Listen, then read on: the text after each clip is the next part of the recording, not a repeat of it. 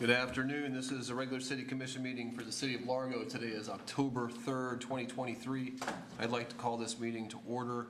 Ask if you have a cell phone, please turn it to silent or off so that we don't have any interruptions. We're going to start this evening's meeting with an invocation given by Pastor Oliver King from Restoration Ministries of Largo. And then if you could please remain standing for the Pledge of Allegiance.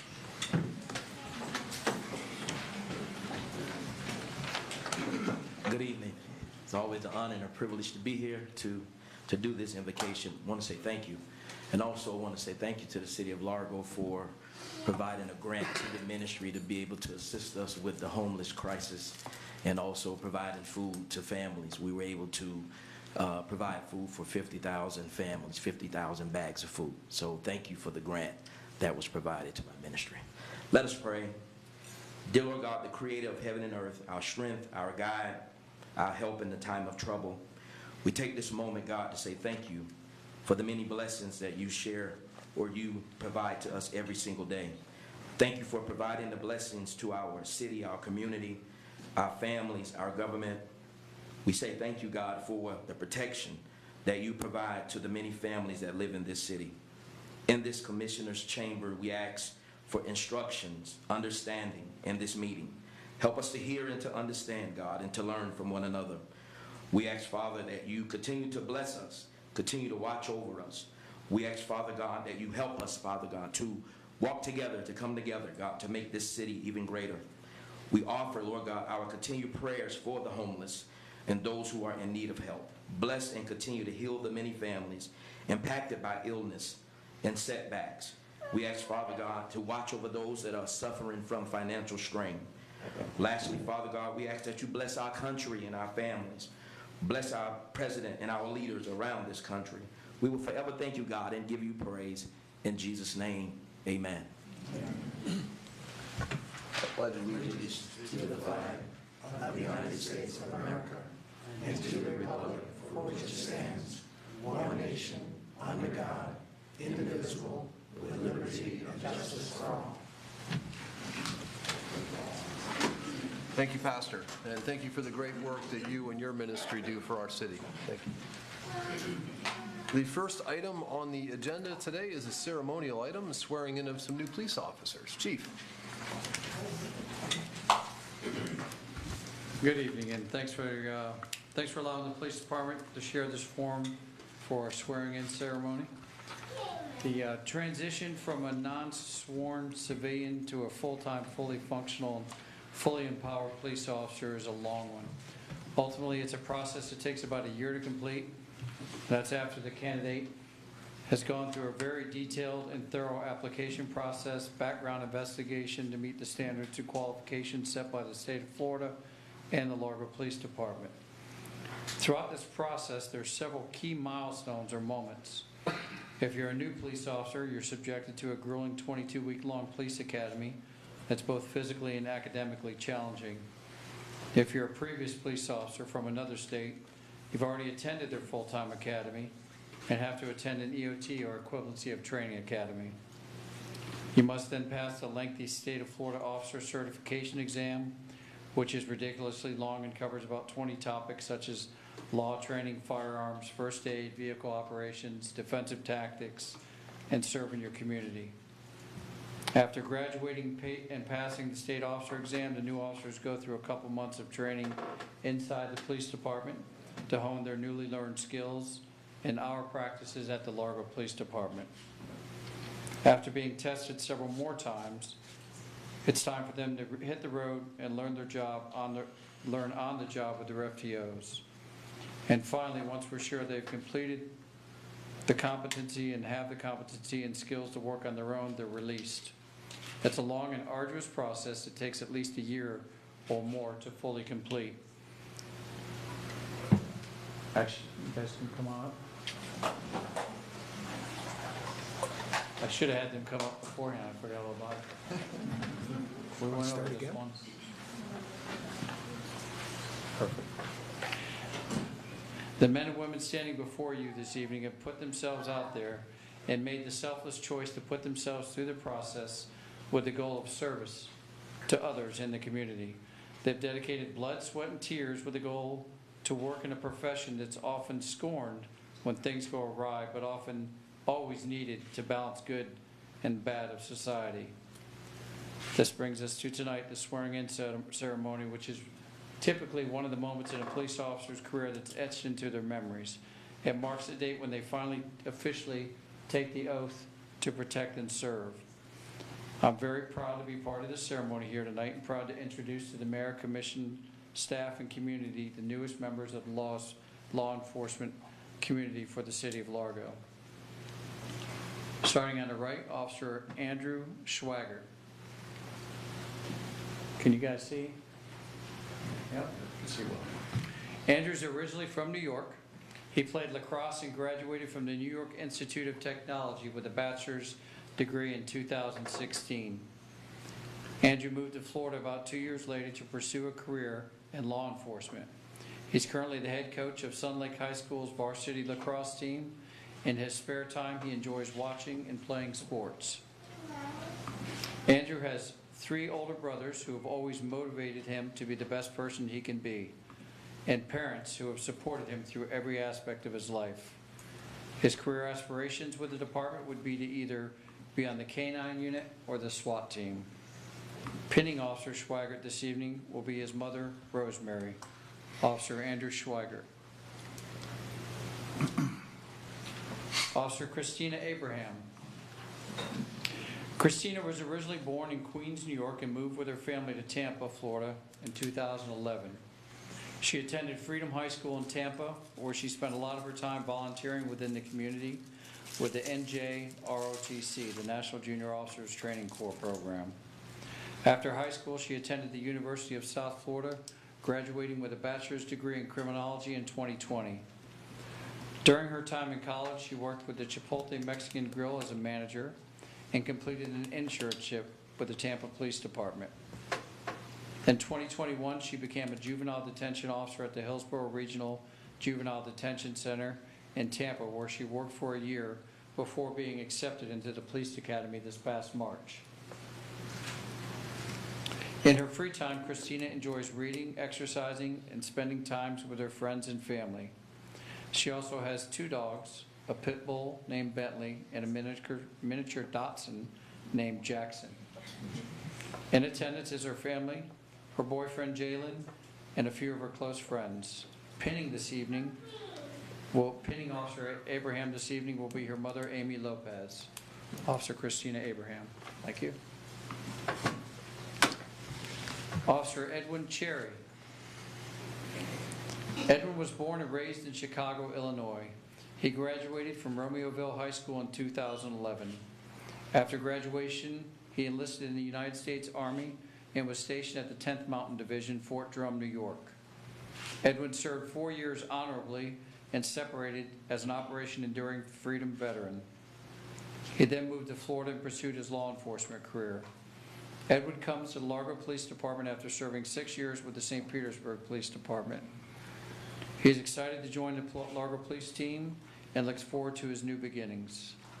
Accompanying him to the Largo team is his fiancée, Nina Fester, and 2-year-old son, Edwin Jr. In attendance this evening is his mother, Stephanie, father, Edwin Sr., and his in-laws, Carl and Elka. Pinning Officer Cherry this evening will be Edwin Cherry Jr., who will be escorted by his mother, Nina Fester. Officer Edwin Cherry. I feel like we should applause after each one. Yeah.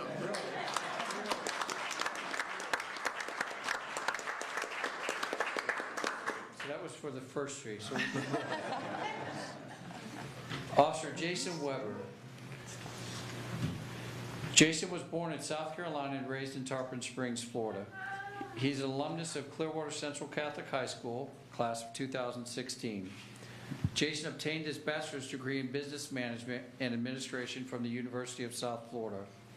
During his free time, Jason enjoys working on his Jeep, hanging out with his friends and family, spending time in the water, and being the best father to his Labrador fur babies, Blaze and Bailey. He is a second-generation police officer in the state of Florida and is proud to be following in his father's and uncle's footsteps. Jason's uncle, Officer Gregory Sorensen of the Daytona Police Department, was killed in the line of duty and is with him and his family in spirit today. Officer Sorensen's end of watch was July 26, 1982. Jason is excited and looking forward to serving the city of Largo and all its residents. In attendance is Jay Weber, Deborah Weber, and Danita Faith. Pinning Officer Weber will be his father, Jay Weber. Officer Jason Weber.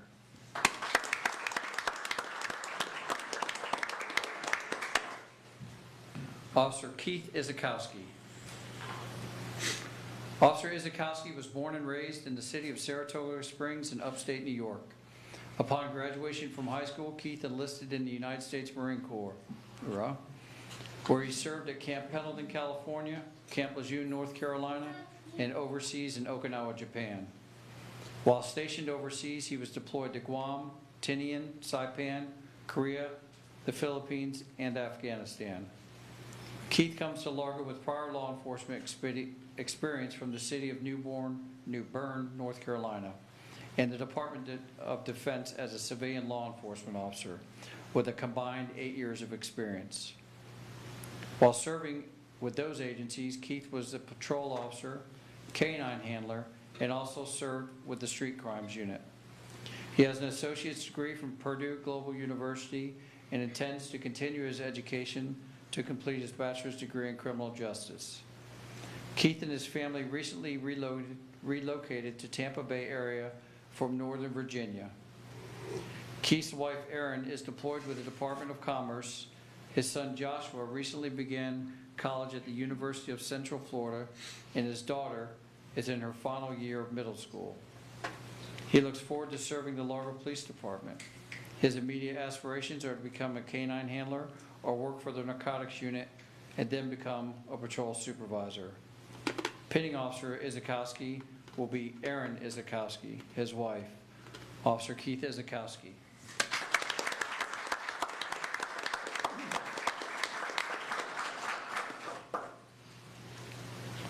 Officer Kyle Plekovic. Kyle grew up in New Lenox, Illinois, and went to Western Illinois University. He graduated with his bachelor's degree in public safety and administration from Calumet College of St. Joseph.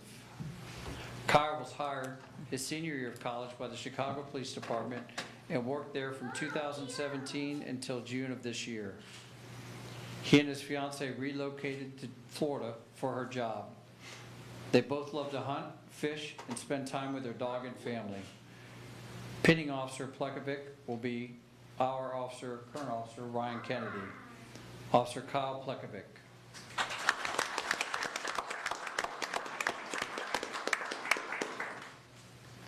Officer Sage Laux.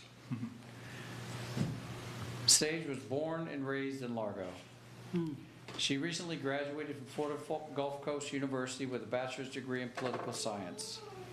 Sage has been on several mission trips to various states and countries and is passionate about volunteer work. While in college, Sage interned at Disney World, where she was able to work and make friends with people from all around the world. She loves to travel and go on spontaneous overnight trips to New York City with her lovely boyfriend, Jared. Really? Sage and Jared bought their first home in August of last year at 21 years old and recently adopted 2 kittens named Mango and Tango. Sage is a third-generation police officer in Pinellas County and is proud to be following in her father's footsteps.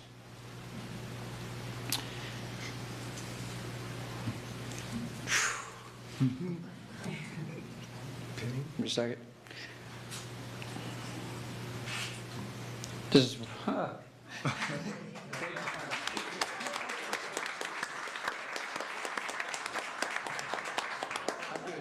this is where I selfishly insert some personal comments. As she is proud to be following my footsteps, I couldn't be more proud of the young woman she's grown up to be. She's my daughter, in case everybody doesn't know.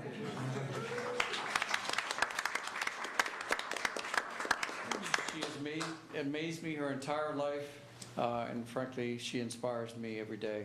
In attendance are myself, her mom, Nicole, apparently her lovely boyfriend Jared, and her grandmother Candace Harrell. And I'll be pinning Sage this evening. Officer Sage Laux.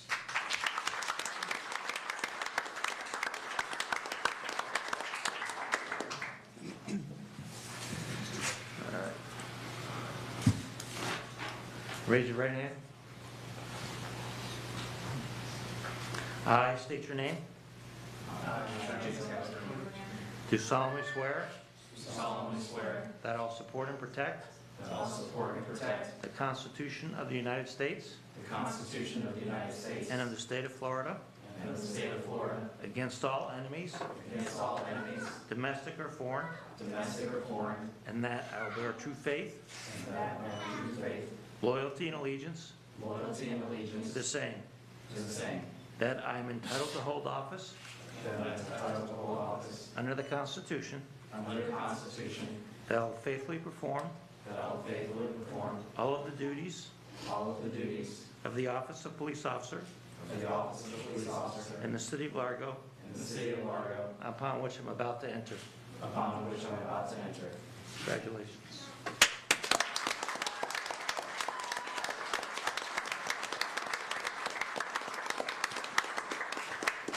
Those identified for pinning, if you want to come up and pin our new officers.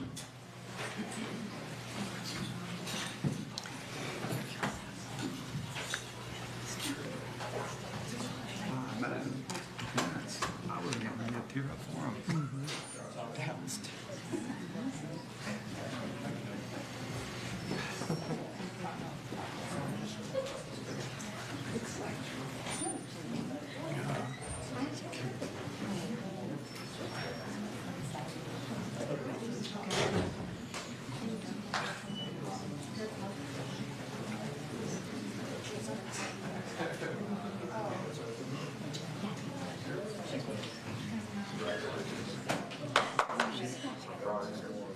Yeah, more experience than This ever. is like a really terrible one. It's like emotional.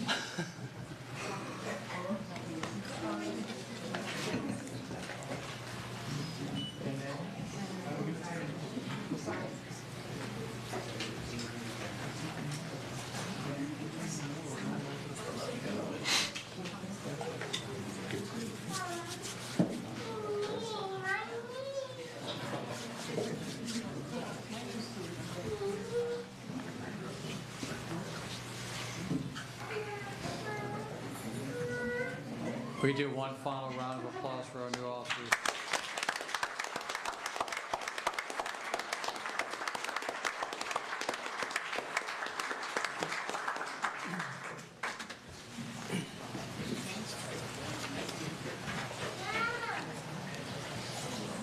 You know, Sage, he never hugs anybody up here. You know, your dad never hugs anybody. Congratulations.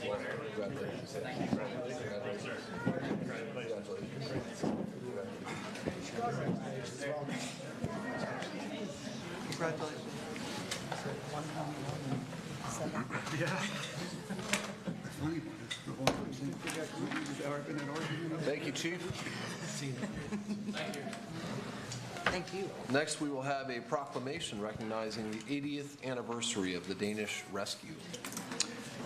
Whereas the Holocaust, a state-sponsored systemic persecution and annihilation of European Jewry by Nazi Germany and its collaborators between 1933 and 1945 resulted in the murder of 6 million Jews, and whereas the Florida Holocaust Museum has established their collections, preservation, and research center in Largo, Florida, to house their permanent collection of artifacts from the Holocaust and as a place of research for survivors and their families, students, educators, and scholars, and whereas the rescue of Denmark's Jewish community from deportation by Nazi occupying forces began 80 years ago on October 1st, 1943, and whereas 7,200 of Denmark's 7,800 Jewish men, women, and children were ferried to safety in Sweden by their fellow Danish countrymen and women, and whereas the Florida Holocaust Museum recognizes and honors the Danish people and uses their courageous story of rescue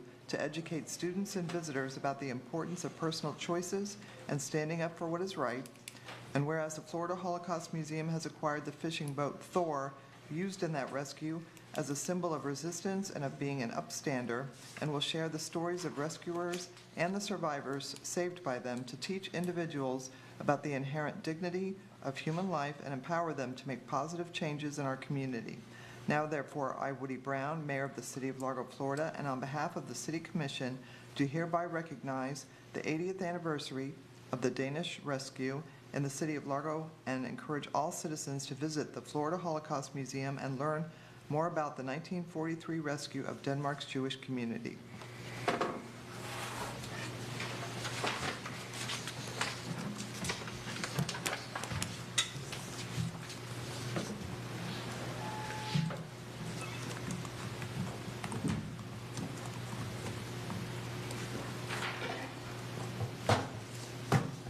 Thank you. Mr. Mayor, Commissioners, Mr. Zimmett, Diane, Carson. 80 years ago this week, at the peak of World War II, the Danish people, in a courageous act of human decency and resistance against pure evil, engaged in an organized rescue that ferried 7,200 Jews and another 680 of their non-Jewish family members across miles of choppy water from Denmark to the safety of Sweden. The story of the Danish boat rescue is but a sidebar in today's history of a war. It ought to be a headline. Just days before Rosh Hashanah in late September of 1943, Adolf Hitler ordered the roundup of occupied Denmark's Jews to be transported to the camps of Nazism's industrialized murder. But in Denmark, where the Jewish citizens, numbering about 7,800 out of a population of nearly 4 million, were fully integrated in Danish society, and the people said no. Ordinary citizens, in concert with Denmark's resistance movement, and even supported by some German officers and soldiers, organized the boat rescue, and as a result, plus the later intervention of the Danish Red Cross, more than 99% of Denmark's Jews were saved from the Shoah. The fishing trawler Thor is one of the few remaining boats used during that rescue. I don't have time to tell you the whole story, but I encourage you to learn the details of this heroic moment at the Florida Holocaust Museum in St. Petersburg. More than 6 million Jews, 2/3 of Europe's Jews, were murdered during the Shoah. We ought to never forget, though, that another 5 million people, ostracized by the Nazis as Untermenschen, were also systematically murdered during that same period. Minorities like the Roma and Sinti, intellectuals and college professors, homosexuals, Jehovah's Witnesses, the physically and mentally handicapped, Poles, Soviet citizens, and more. In all, 11 million people were sent to the camps or slaughtered in mass executions during the Holocaust. Think of Largo's entire population of 82,000 men, women, and children systematically murdered every day from today through the end of April 2024. Such is the enormity of evil that results when a complacent population allows a small but noisy cadre of ignorant, hate-filled misfits to fester and grow. My maternal grandfather was 12 when he emigrated from Russia after the Cossacks burned his village. My paternal grandmother emigrated from Poland after her brother was murdered by highwaymen. I have a cousin in Israel whose mother lost her first husband and child in the camps. It took 20 years from the end of the war for my family to learn that Hadassah had survived. Had she not met her second husband in a displaced persons camp, and had Avi not been born to them, their entire lines would have disappeared from the world, gone forever. The barbarity of the Holocaust is not a myth. Holocaust deniers are fools. It happened, and we must never forget nor ignore it. We must never be complacent nor allow such depravity to pollute humanity again. Every time hate raises its head, let us do as the Danes did in 1943. Stand up and say no. And now, allow me to introduce Ursula Skopinski, Director of Research and Education at the Florida Holocaust Museum, to receive this proclamation. Ursula, please come up.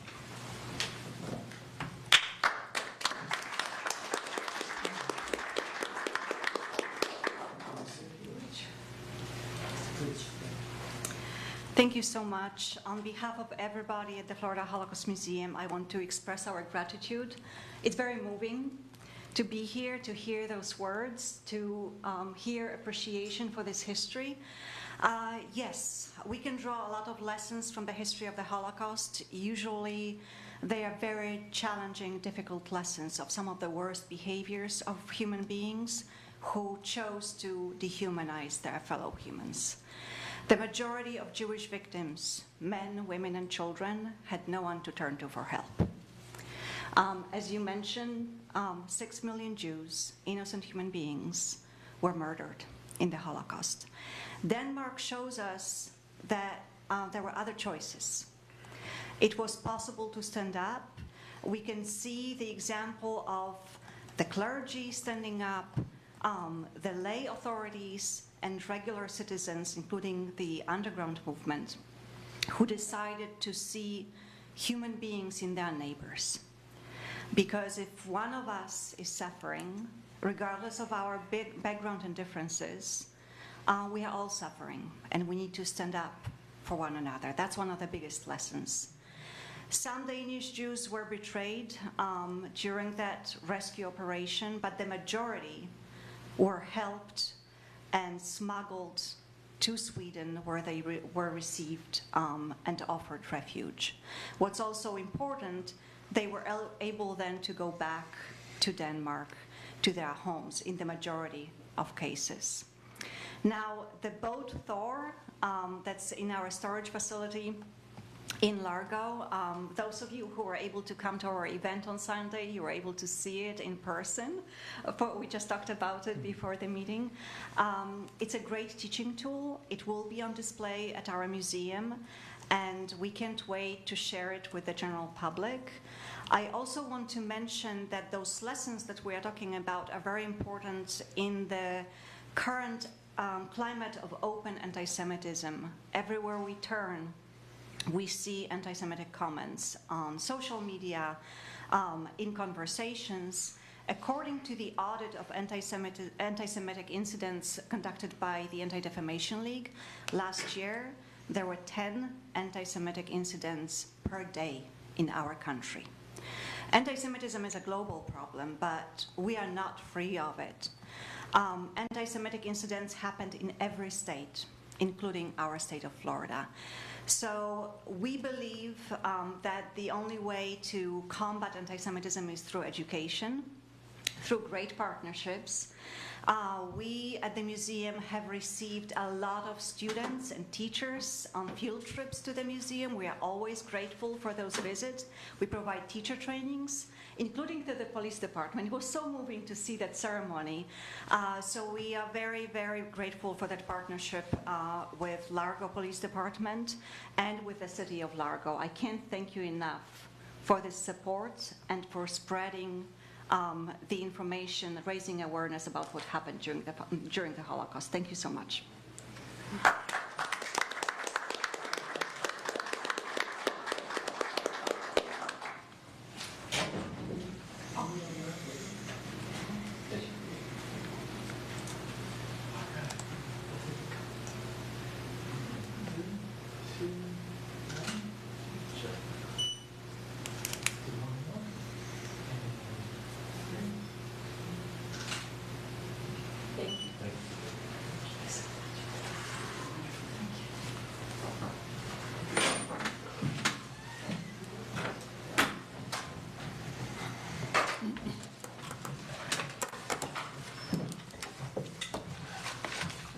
Next, we'll have citizens comment. If you'd like to speak about something on the agenda outside of the consent docket, please wait until the item comes up. Do we have any cards? Yes, I have several cards. First is Mark Junkins.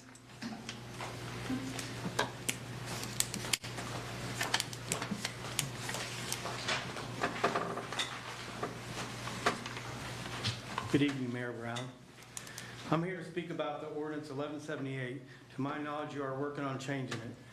I have received a letter from the code enforcement about my boat is not compliant. I viewed some of your meetings and have seen a picture of my boat that is not compliant on your website and one that is compliant parked across its front yard. My boat is next to my driveway and covered with an up-to-date registration and tags, and would like to keep our community looking good and not park mine on the front lawn to be compliant of this ordinance.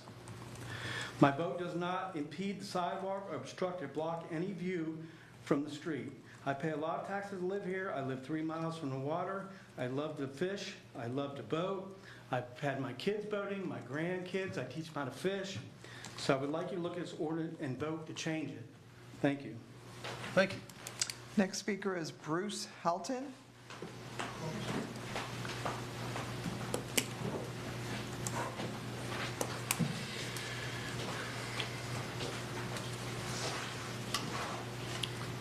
Hi, I'm a new resident of Florida within the last couple months, and I have an RV parked in my yard.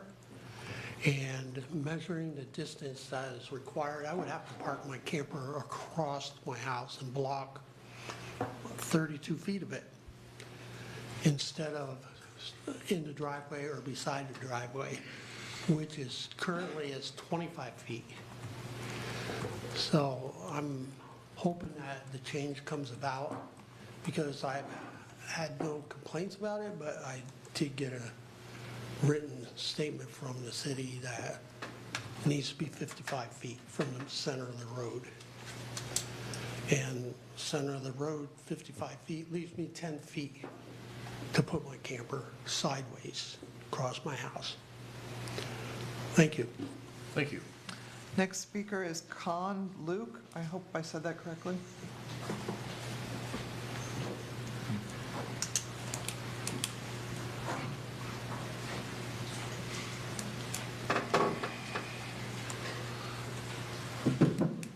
Hi, hello. Yeah. I live in Largo since 1991, and I got my boat about 7 years ago. I've been parked in there and I never crossed the sidewalk. And I love fishing, so I live like 3 miles away from the water. So I want to park my boat there. I don't want to change it. So I vote again the 55 feet from the center of the road. That is too much.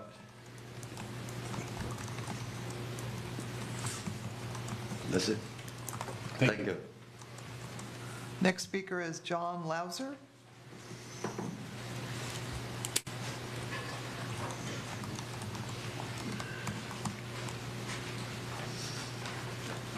Good evening, Mayor, Commissioners. Bet you can't guess what I'm going to talk about. So no, John Lauser, I live in Largo, down on DeVille Drive, not too far from here. I recently became aware of Largo City Code 11-78 that restricts the parking of commercial and recreational vehicles within a 20 to 25 foot, depends on who you ask, setback from the right of way. Simply because a neighbor complained about my boat. First of all, that rule is so difficult to understand since the right of way changes from street to street, if you guys didn't know that. And once you look at that up for your particular street, then I had to scour the remaining codes to find what exactly the frontal setback is, since it's not identified or defined at all in 11-78. So the only definition I could find was in Chapter 8, Figure -84, showing a 20-foot for building, not for parking. So honestly, the code as it's written is an overreach in my opinion, and a waste of time for code enforcement officers. They have to walk out to they have to go see something, go look up the street, and then walk out to the middle of the street and measure back just to see if somebody's violating that 20 to 25 foot setback. I still haven't gotten confirmation on that. So I understand there's a common sense change being proposed to 11-78. I've been watching some of the commission meetings from last year and again in March or April this year. That would allow one commercial vehicle and one recreational vehicle to be parked within this extremely hard to define setback area. So I'm here to voice my absolute support for that change. The city should not have rules that rival many homeowners associations. I bought my house in a non-HOA, non-deed restricted area for a reason. So what's next? Are we going to codify like what color we can paint our doors or my garage door? Like, where does it stop? And I would say to anyone that feels they should have a say over what their neighbors can do with their property, they should move to a deed restricted or HOA community. and save their arguments for the HOA board. So as long as what I do is safe and poses no threat to the community, the city should have no involvement, period. Thank you all. Thank you. Next speaker is Brent Wickersham.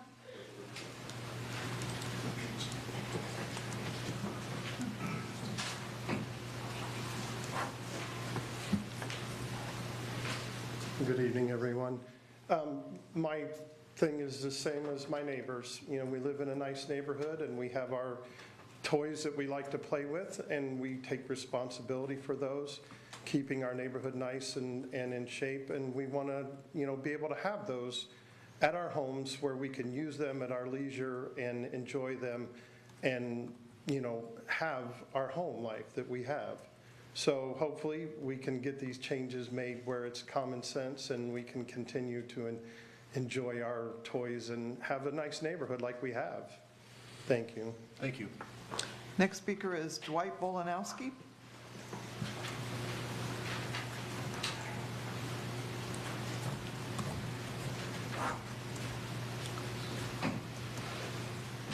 Good evening, Mayor, Commissioners, staff, and public. I hate to bore you, but the same topic is what I brought tonight. It is basically the 1178 ordinance requirement of a setback of being 50 feet from the center of the street. This pertains to open cargo trailers, travel trailers, boats, motorhomes, and commercial vehicles. The cost of these toys, as was mentioned, cost thousands of dollars. People have worked hard in order to be able to obtain and enjoy these items. They bring in revenue yearly by the registration costs alone. And for boats and their trailers, you're getting hit with a double whammy. I drove around my neighborhood, which was within like a 2-mile radius this past weekend, and I counted 138 of these types of vehicles or toys that were parked in residential areas off the road on the side of their homes, respectively, not blocking or bothering their neighbors, and it was not on any right-of-way to be blocked. Some of the streets in Largo, I have been told, have addresses that are located in one spot, but right up the street, it becomes Pinellas unincorporated area, which follows a different set of rules from my knowledge. I feel that being differential like this with these fees and requirements is unfair and basically discriminatory to the living residents there in that community. Rules are made by our leaders, and they're made to fit the environment at that time. Likewise, the leaders have that opportunity to change those rules or remove them. I feel that the 50-foot requirement should be removed. Thank you. Thank you. Next speaker is Craig Murtha. Did you get a boat, Craig? What's it? Excuse me? Oh, boat. Oh, yes, yes. I wasn't going to comment about the boats, and you know I'm not one to stick my nose in city business. But that's a joke, of course. But you know, it does seem like if the boats are well kept, well taken care of, they're not eyesores, they don't have duct tape, and you know the RVs don't have bumpers hanging off or rust. I don't know if you can regulate all that stuff, but I think that's the biggest problem. And actually the biggest problem with boats is that even if you pull the plug, they hold water somewhere in a corner, and it doesn't take much water to be a mosquito breeder. And my years in property management, I had a lot of boats, and I had to constantly regulate that and get guys to get the water out of there, and then they put a tarp on top, and the tarps were sagging, and then the tarps would hold water, and there'd be thousands of mosquitoes in there. So, yeah, I think it's good if you can let people have their boats at the house, as long as we can find a way to closely regulate it. And I'm sure all these guys here are going to take very good care of their boats and RVs. But I really came here tonight to talk about the practice of having housing, multi-family housing, so close to the road. And it seems like, I don't know, 70, 80% of all the new multifamily housing is built close to the road, and then we put the parking in the back. And it makes me think about a conversation I had with a woman. I was on the beach trolley a couple of years ago, and somehow or other we got on the subject of, apartment complexes and traffic and stuff. And she lived in a single-family house with a multifamily property, and the multifamily property had the parking lot in the rear. And she absolutely hated it, because she said that because the parking lot was in the rear, it caused a lot of pollution and noise, and she felt that if the apartments were in the rear and the parking lot was in the front, that a lot of that pollution and noise would be closer to the street, and it would have an easier time of escaping because it would be closer to the street, where it was being pinned in between her backyard and the apartment complex. And plus she felt that the parking lot was much closer to her house than the apartments would have been, because there probably would have been a bigger setback if the structures were there. And she said that because the apartment complex was in the rear, that there was also a longer drive lane, and it really it took more asphalt to get the cars back there, and it sort of made me start thinking about how much green space we were losing just by getting all those cars back there. Then I started doing some math and thinking, if every car had to drive another 150 feet to get to that rear parking lot, and you had a 200-unit apartment complex, and you had 5 vehicle trips per day, and times 150 feet, 365 days a year, you'd have 10,000 extra vehicle miles per year just in the apartment complex, which would be over 500,000 vehicle miles over a 50-year life expectancy of the apartment complex. So I thought, it's just so inefficient to put the parking in the rear. I mean, if it was efficient, we would all have the parking behind our houses, but most of us have the parking up front because we pull right in, it's close to the street. Thanks. Thank you. Next speaker is Mark Clutho.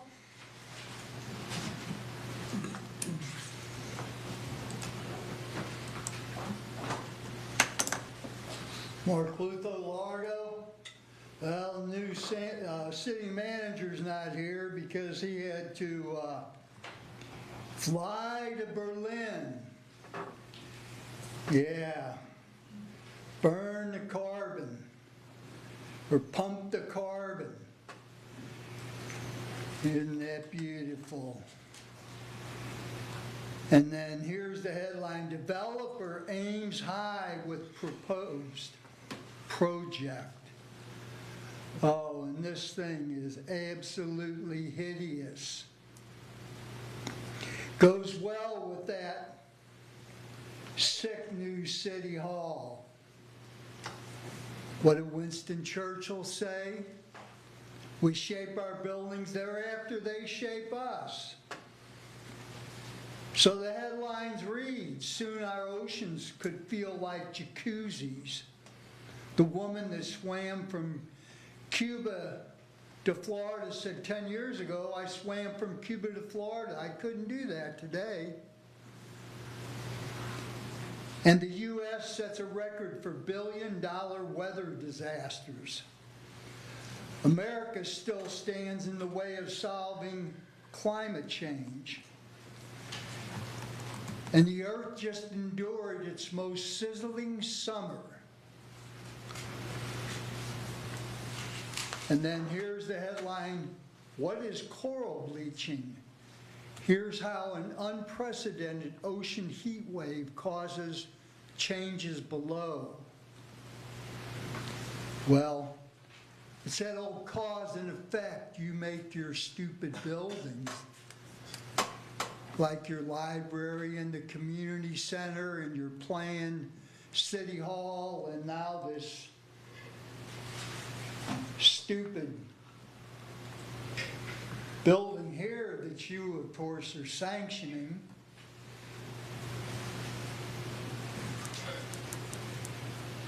And then all the coral dies. Yeah. You want to call that a feather in your cap? It's only going to get worse. And the two hurricanes, and that's something, one to the south, one to the north. Yeah.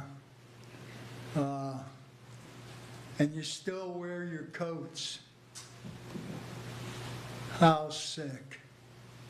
How sick. So sad. That's all the cards. Thank you.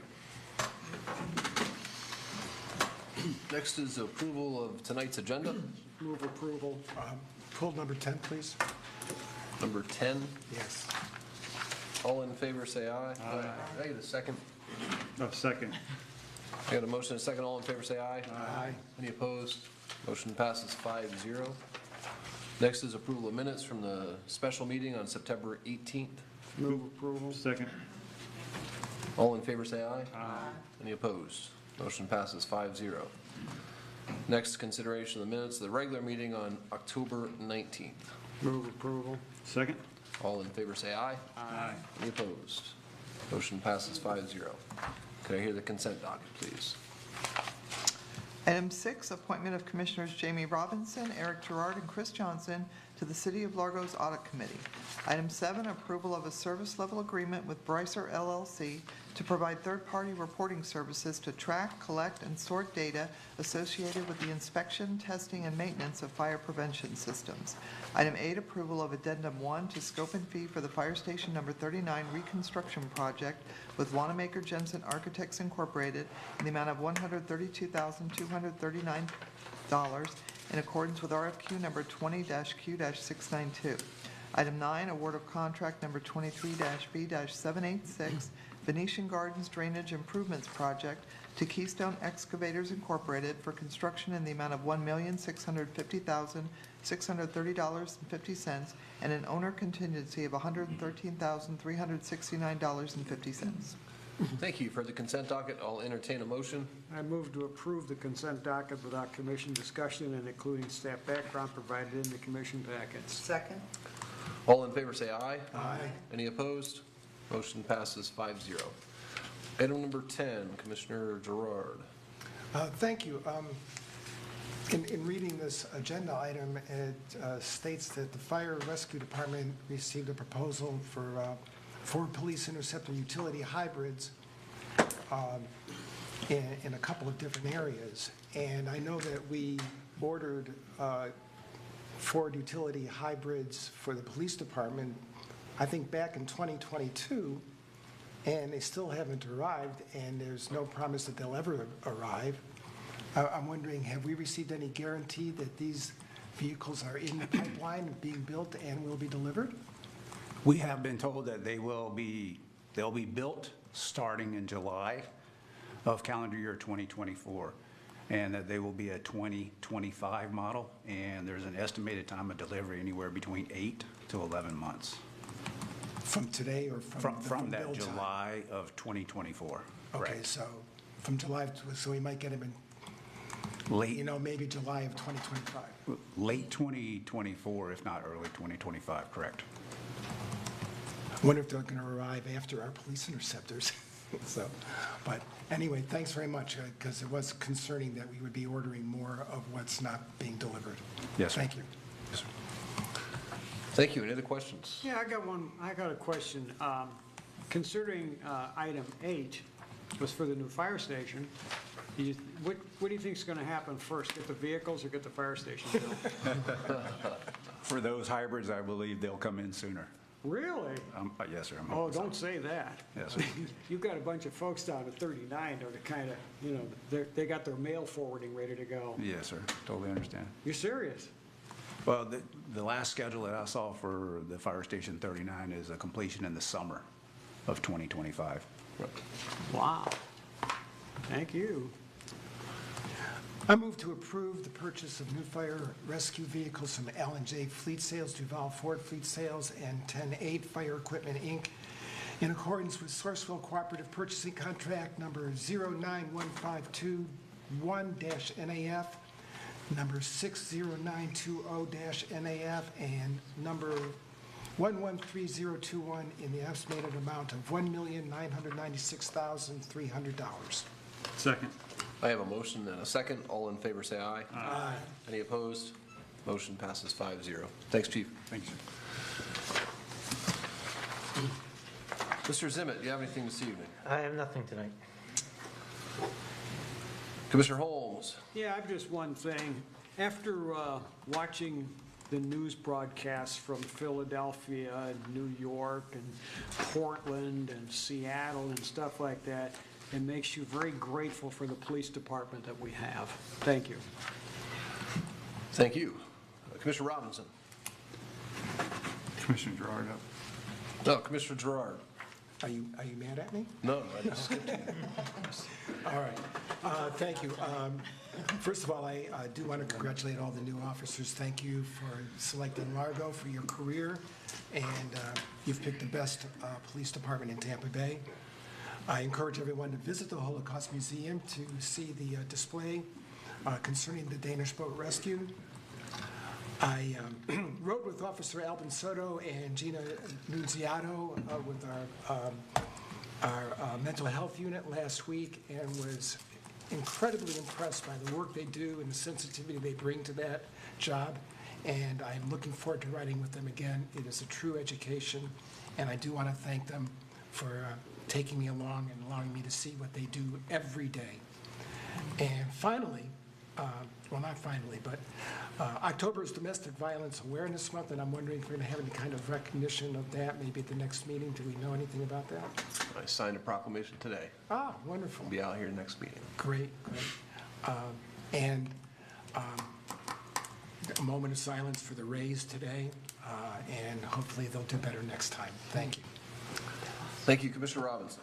Thank you. I just have a couple things. One, I know at our last regular meeting, I mentioned the fact that we were here 2 days in a row for, 2 meetings, and then tonight I find out that we have 5 or 6 items on consent. And without, obviously I'm very appreciative for, being able to swear in the officers, and obviously, I'm very happy when we have residents come in and speak to us about their issues at home. But we took this meeting without that part of it was 5 minutes long.